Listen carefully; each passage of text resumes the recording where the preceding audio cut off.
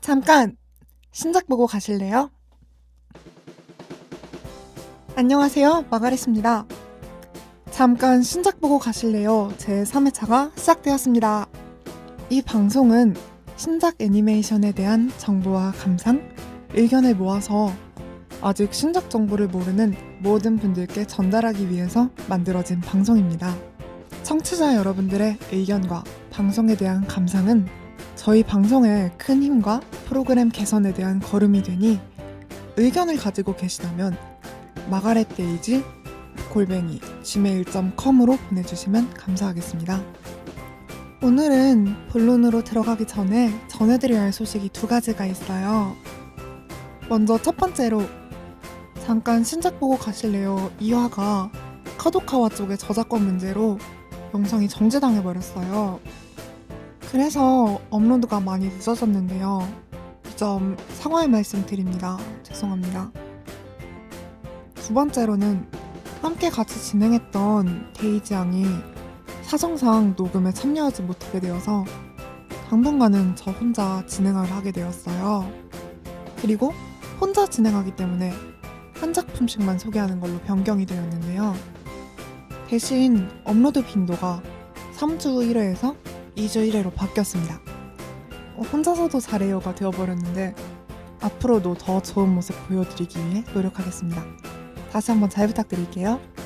그건 그렇고 제가 이 방송 1, 2회차에서 소개해드렸던 4작품을 방영한 곳까지 전부 봤어요. 특히 다가시카시가 예상외로 너무 인기가 좋더라고요. 기본적인 스토리에 뜬금없지만 굉장히 자연스럽게 과자들이 한두 개씩 나오는데 알기 쉽고 재미있게 잘 녹아들어서 많이 놀랬어요. 예를 들어서 호타루가 코코노츠의 실력을 알기 위해 우마이봉을 조합하는 대결을 한다던가, 아니면 아버지 요우가 호타루를 만나자마자 과자를 주는데 그게 특정 과자라던가. 일본 맛과자를 사실 잘 몰라도 충분히 재밌게 볼 수 있다? 라고 개인적으로 느꼈네요. 석고보이즈는 약이 굉장히 심할 줄 알았는데 아이돌이 석고인 거 빼고는 의외로 양 요소가 별로 없어요. 이것도 놀랬죠? 보통 연예계 얘기가 아닌가 라는 생각도 들었고요. 근데 한 가지 신경이 엄청 쓰이는 게 2화에서 미키가 마르스를 데리러 집에 찾아가잖아요? 근데 장면이 너무 빨리 지나가가지고 여러분들이 보셨을진 모르겠는데 마르스 집에 여자 속옷이 걸려 있었어요. 이거는 무슨 의도로 만들어 놓은 걸까요? 여장 취미? 동거녀? 뭐 2화의 감상이지만 앞으로도 더 어떻게 약이 나올지 기대가 되기도 하네요. 잡담이 길어져서 시간이 이렇게는 흘러버렸는데요. 저희 방송 이번 겨울분기 신작 애니메이션에 대한 감상이나 의견, 혹은 애니와 관련해서 일상에서 있었던 일 등 사연으로 많이 받고 있어요. 이 애니가 정말 재밌었다 하는 작품이 있으신 분들, 아니면 이런 일이 일상 속에서 있었다 하시는 분들 저희 메일로 보내주시면 소개해드릴게요. 그럼 본론으로 넘어가서 제 3화 잠깐 신작 보고 가실래요? 애니 소개 지금 바로 시작하겠습니다.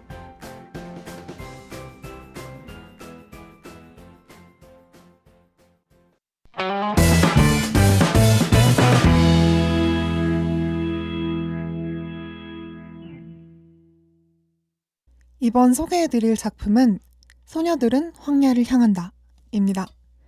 먼저 PV 보고 오실게요.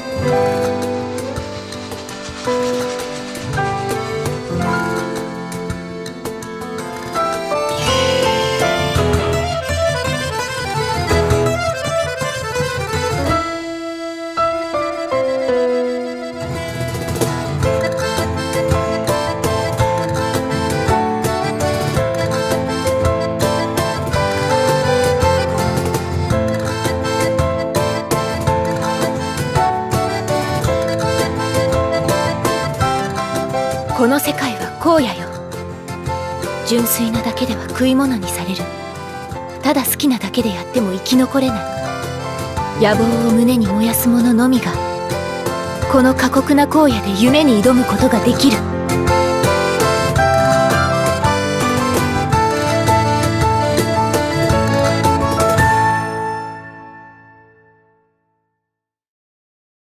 네, 이 작품은 게임 회사인 미나토 소프트의 타카히로 씨의 원작 스토리로 2016년 1월부터 방영되는 애니메이션입니다. 원작이 게임인데요. 2016년 3월에 출시 예정이에요. 게임보다 애니메이션이 더 먼저 나온 특이한 케이스의 작품이네요. 애니가 먼저 나왔는데 애니가 원작이 아니냐? 라고 생각 드신 분들도 계실 텐데 아마도 게임을 위해 만들어진 내용이고 2015년 10월 달에 게임 체험판이 공개가 되었다고 해서 원작을 게임이라고 하는 것 같아요. 애니 제작사는 프로젝트 넘버 9이고요. 감독은 사토 타쿠야시가 맡았어요. 이 방송 녹음일을 기준으로는 벌써 3화까지 나와 있네요. 간단하게 내용을 보자면 카나가와 현에 있는 카나자와 ｈya케라는 곳. hya케. 뭔가 특이한 지명이죠. 경치가 아름다운 그곳에서 학생 생활을 보내고 있는 소년 호조 분타로에게는 미래에 꿈이 없었대요. 하고 싶은 걸 찾지 못했다라는 불안감을 갖기 시작한 어느 날 분타로는 미스테리한 분위기의 동급 여학생으로부터 같이 게임을 만들지 않겠냐라는 제안을 받게 되는데요. 그 제안이 처음으로 무언가를 해낼 수 있을지도 모른다는 예감을 가지고 그걸 받아들인 분타로. 그리고 그의 동료들이 만들어 나가는 청춘물이에요. 고등학생들의 고민이겠죠? 자신의 꿈을 갖는다는 거는. 저도 고등학교 때 이런 문제에 대해서 많이 고민했었으니까요.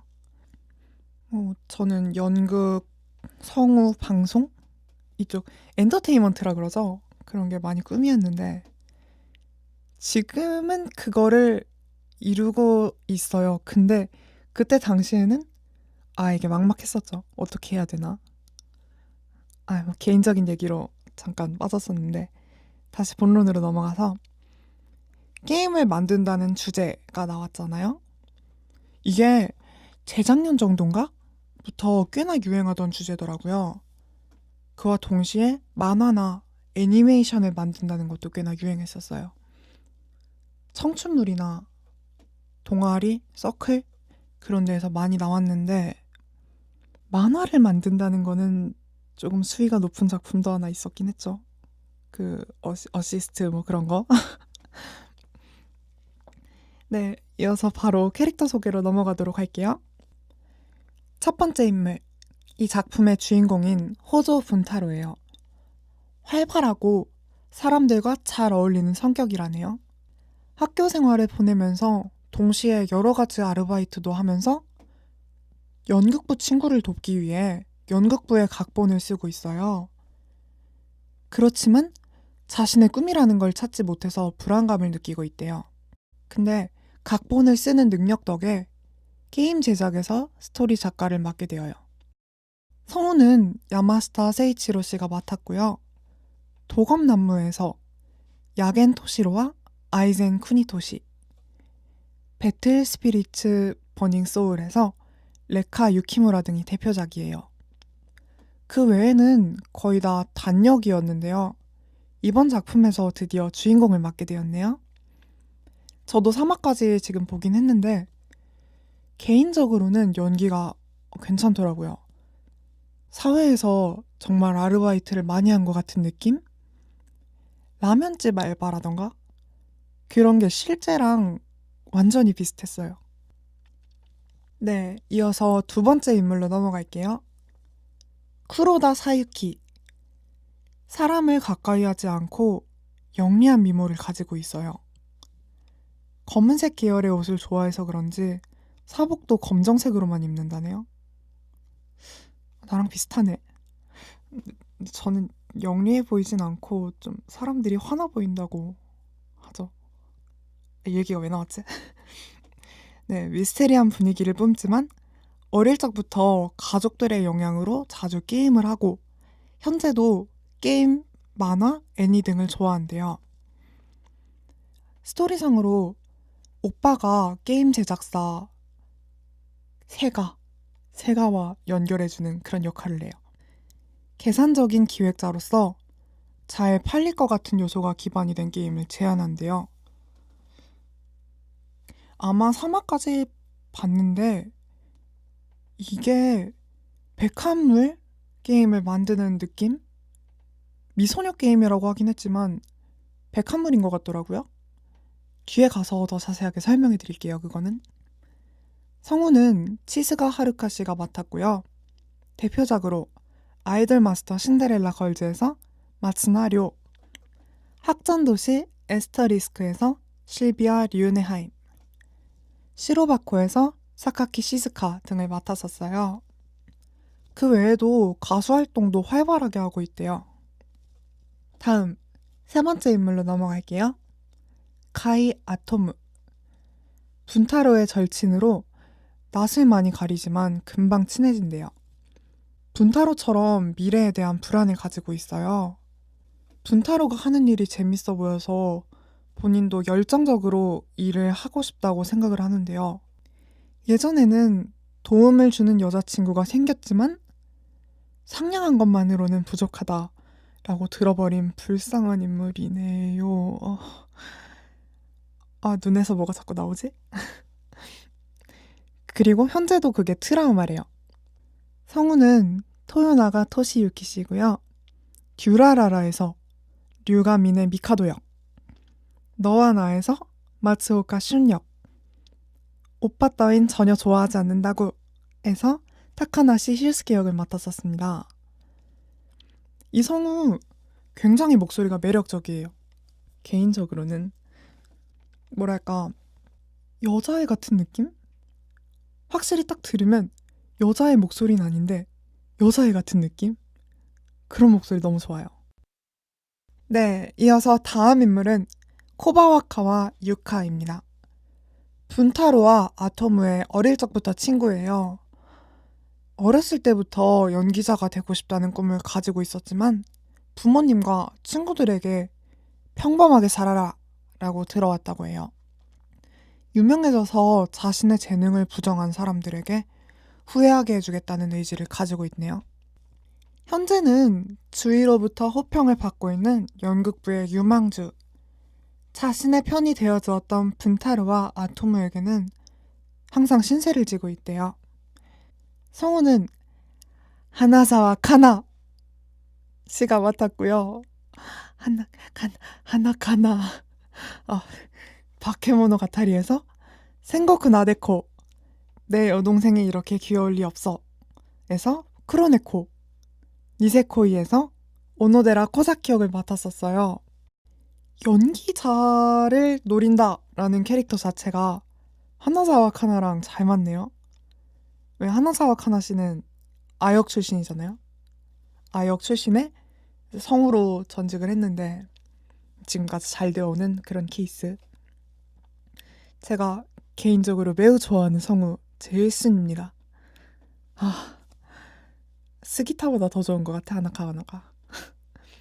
왜 예전부터 데이지 씨가 라디오 내역기를 접하더니 저보고 하나사와랑 비슷하다 그러더라고요.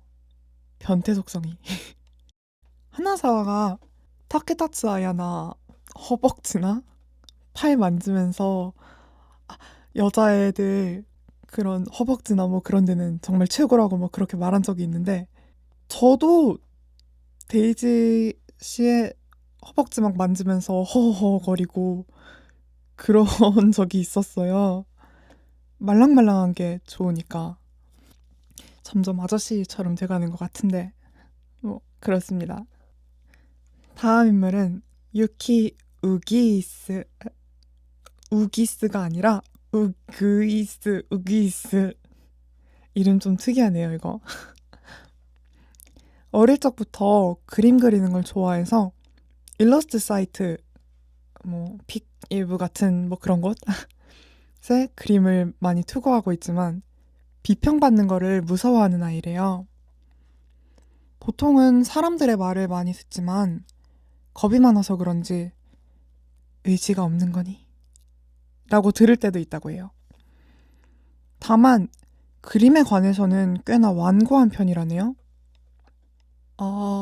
근데 더 중요한 건 롤입니다. 롤이에요, 여러분. 트윈테일에 게다가 트윈테일이야.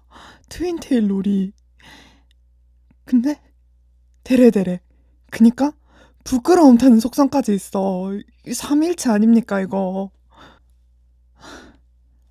좀 진정하고. 대사 중에 다들 토리짱이라고 부르거든요. 토리 버드라고 하는 대사가 있는데 거기서 진짜 코피 뿜을 뻔했습니다. 저. 와, 매력적인 캐릭터 같아요. 개인적으로는. 성우는 사토 사토미 씨고요.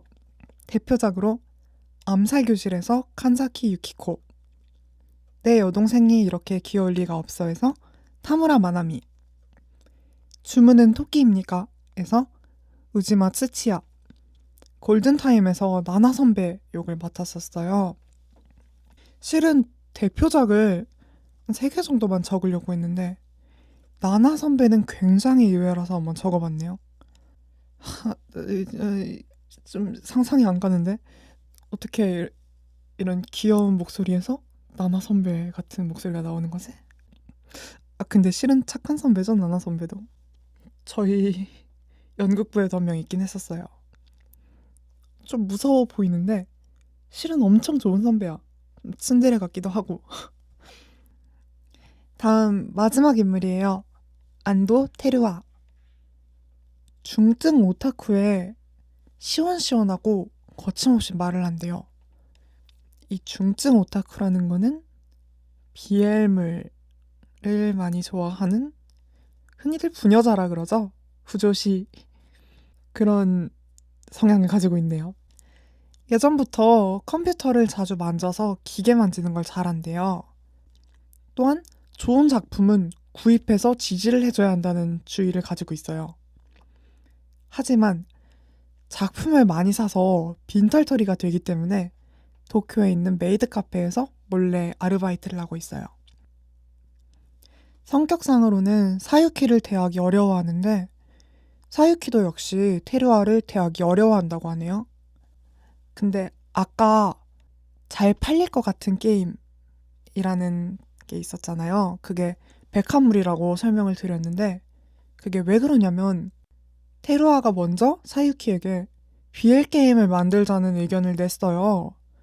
그것 때문에 사유키와 마찰을 했는데 마찰 중에 게임 대본을 봤더니 이거 완전 BL이잖아 라는 대사가 나와요. 성별이랑 이름만 바꾸면 완전 BL이라는 거 보니까 이거는 역시 백합물이지 않나 하고 생각을 했어요. 확실한 건 아니에요. 백합인지 아닌지는. 미소녀 게임이라고만 했으니까. 네, 캐릭터 소개는 여기까지 하고요. 일본 현지 반응 볼게요.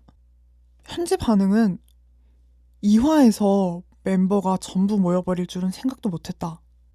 전개가 빨라서 좋다. 그리고 게임이 나오는 게 기대가 된다. 이 정도의 반응이 엄청 많았어요. 주로 좋은 반응이 많긴 한데요.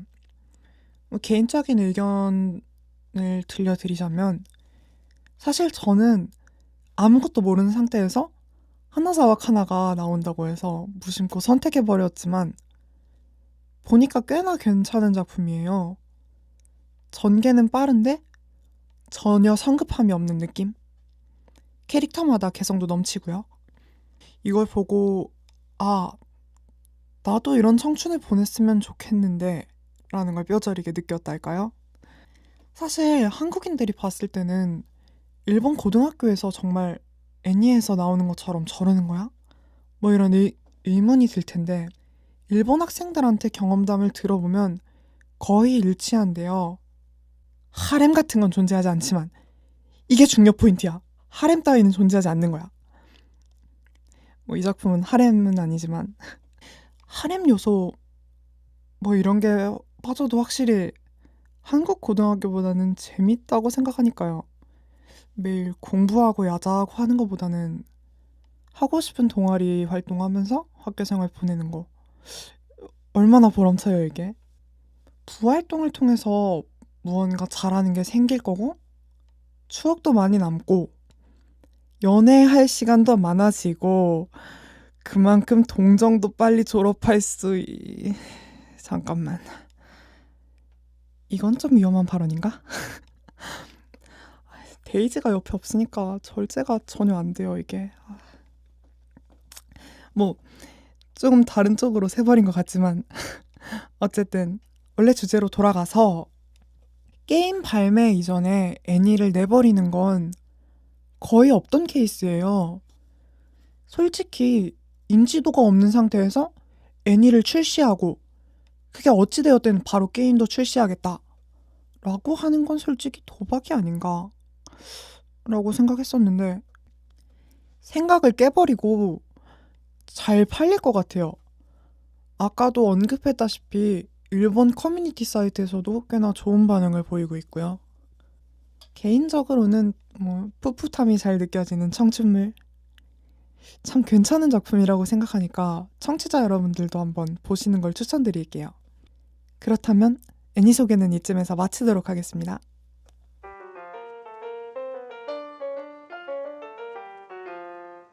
오늘은 한 작품 소개해드렸어요. 3회째에 슬슬 자리를 잡아가려나 생각할 쯤에 혼자 진행하게 되어버렸는데요. 오늘 방송해보니까 이거 의외로 할만할지도 라고 생각이 드네요.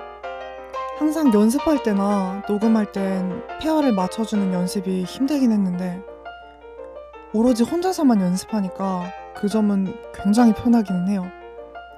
그래도 역시 같이 연습하고 진행했던 파트너가 없으니까 많이 허전한 느낌 들기도 하네요. 그래도 혼자서도 잘하는 모습 청취자분들께 꼭 보여드릴 것을 약속드립니다. 야한 얘기를 막는 자가 없다는 건 어찌 보면 제 성격상 좋은 일 아니지. 굉장히 유감스러운 일이지만 적당 수위선을 지키면서 여러분께 다양한 자료로 찾아뵙겠습니다. 참고로 제 기준에서 적당 수위선이요. 네, 이걸로 제 3화 잠깐 신작 보고 가실래요? 여기서 마치도록 하겠습니다. 청취 소감이나 의견이 있으신 분들은 margaretdays@gmail.com으로 보내주시면 감사하겠습니다. 청취해주신 여러분 대단히 감사합니다. 그럼 다음 시간에 뵐게요. 바이바이.